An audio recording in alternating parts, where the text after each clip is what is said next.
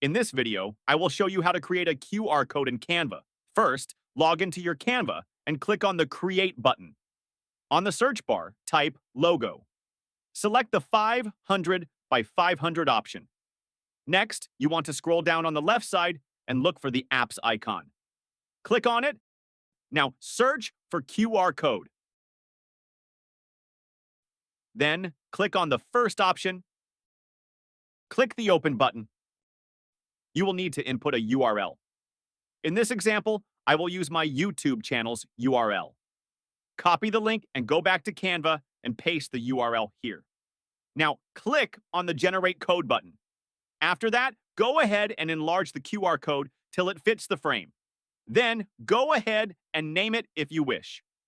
Finally, select the Share button up top.